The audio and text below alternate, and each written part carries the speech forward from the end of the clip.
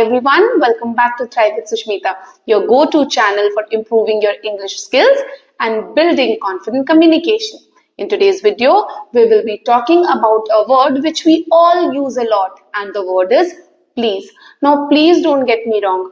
Please is a very polite and a useful word, but sometimes using it constantly makes you sound repetitive and sometimes very desperate. So let's learn some useful alternatives to please that will help you sound very natural and very professional. The first alternative to please is kindly. See, it is very formal but also a very polite way to request. Let us use it in a sentence. Kindly reply to the email by tomorrow. This is usually used in a professional setting or maybe at official, conversation wherein you really want to make a request but still sound very firm and polite. The next one is, would you mind?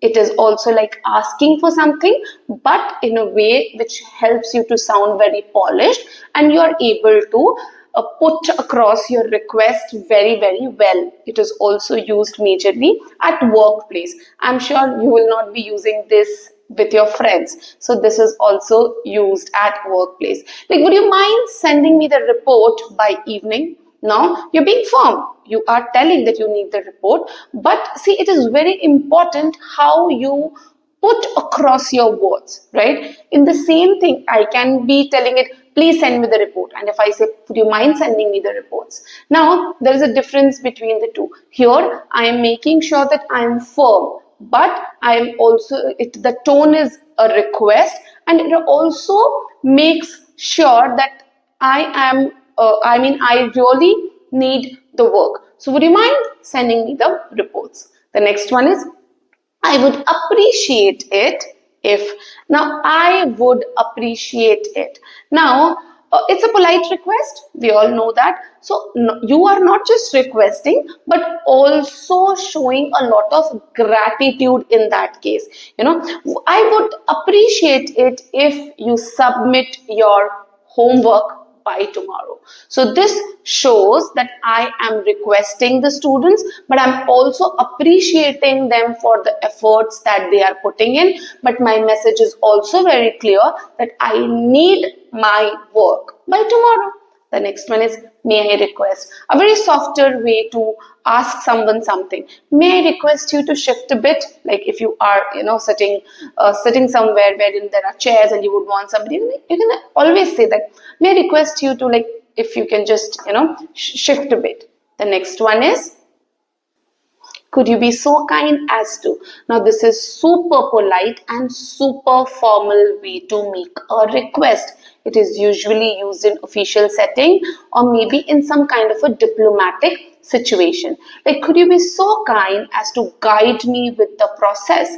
Now, you are making a request, you're being super polite, but at the same time, you are conveying your message very clearly. The next one is, at your earliest convenience. This shows that you not only respect your time, but you have respect for others' time as well. So, like if I use it in a sentence, I have mailed you the presentation.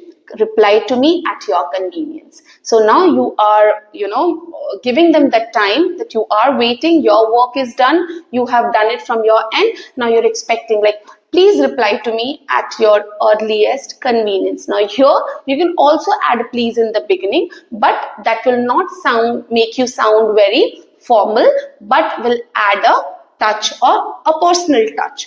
The next one is, when you have a moment. Now, when you have a moment, again, this is having a respect for time, So, like, when you have a moment, please come and meet me. The manager usually says that when you have a moment, come and meet me in my cabin. Now, sometimes it sounds okay. So what is the discussion it's going to be? And then you feel, okay, it's, I think, very formal way of a request.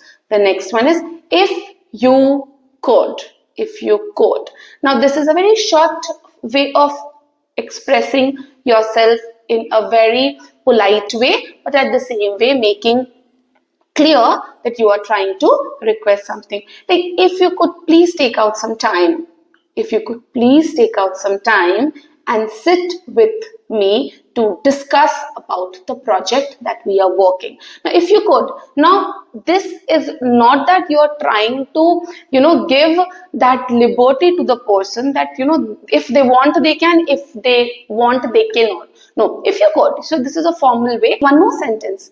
Like, it would be great if you could share the details with me. So it is a kind way and a polite way and showing that enthusiasm also. It would be great if you could share the details with me. The next one is whenever possible. This is also talking about flexibility and respecting other people's schedule.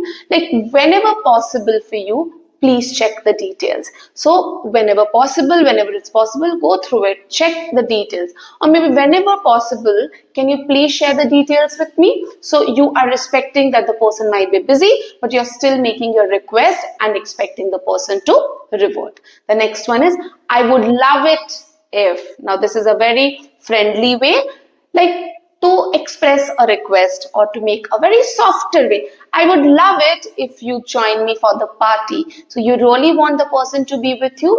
It's a formal, it's not a formal, it's a friendly way of communication wherein you are like, expressing your happiness. Like, I would love it if you join me for the party. The next one is, would you be able to? Now this is a question and a request as well. Like, would you be able to join me for the work meeting today? Like, would you be able to make it? So it's kind of you're definitely putting it across as a question, but there is a hidden request which states that, okay, can you please come with me for the meeting? The next one is, I was wondering if you could. Now this is a formal way, but a very softer way to make a request. I was wondering if you could take out some time for me. Like, you are being very thoughtful, but also respecting and making sure that you put across your request in a very subtle way. I was wondering if you will be able to see all my videos today and learn everything. So see how subtly I could make that request to you, asking that why are you sitting and wasting time? Go and learn something. So these were certain alternatives that we learned today, which can be used instead of constantly saying please, please, and please. Use these in your daily conversations. It will make you sound smarter, polished, and will show that you're a person of substance. Use this and make your conversation sound smarter and shine. So keep learning, keep thriving. I will meet you in the next video. Till then, don't forget to subscribe our channel. Thank you so much.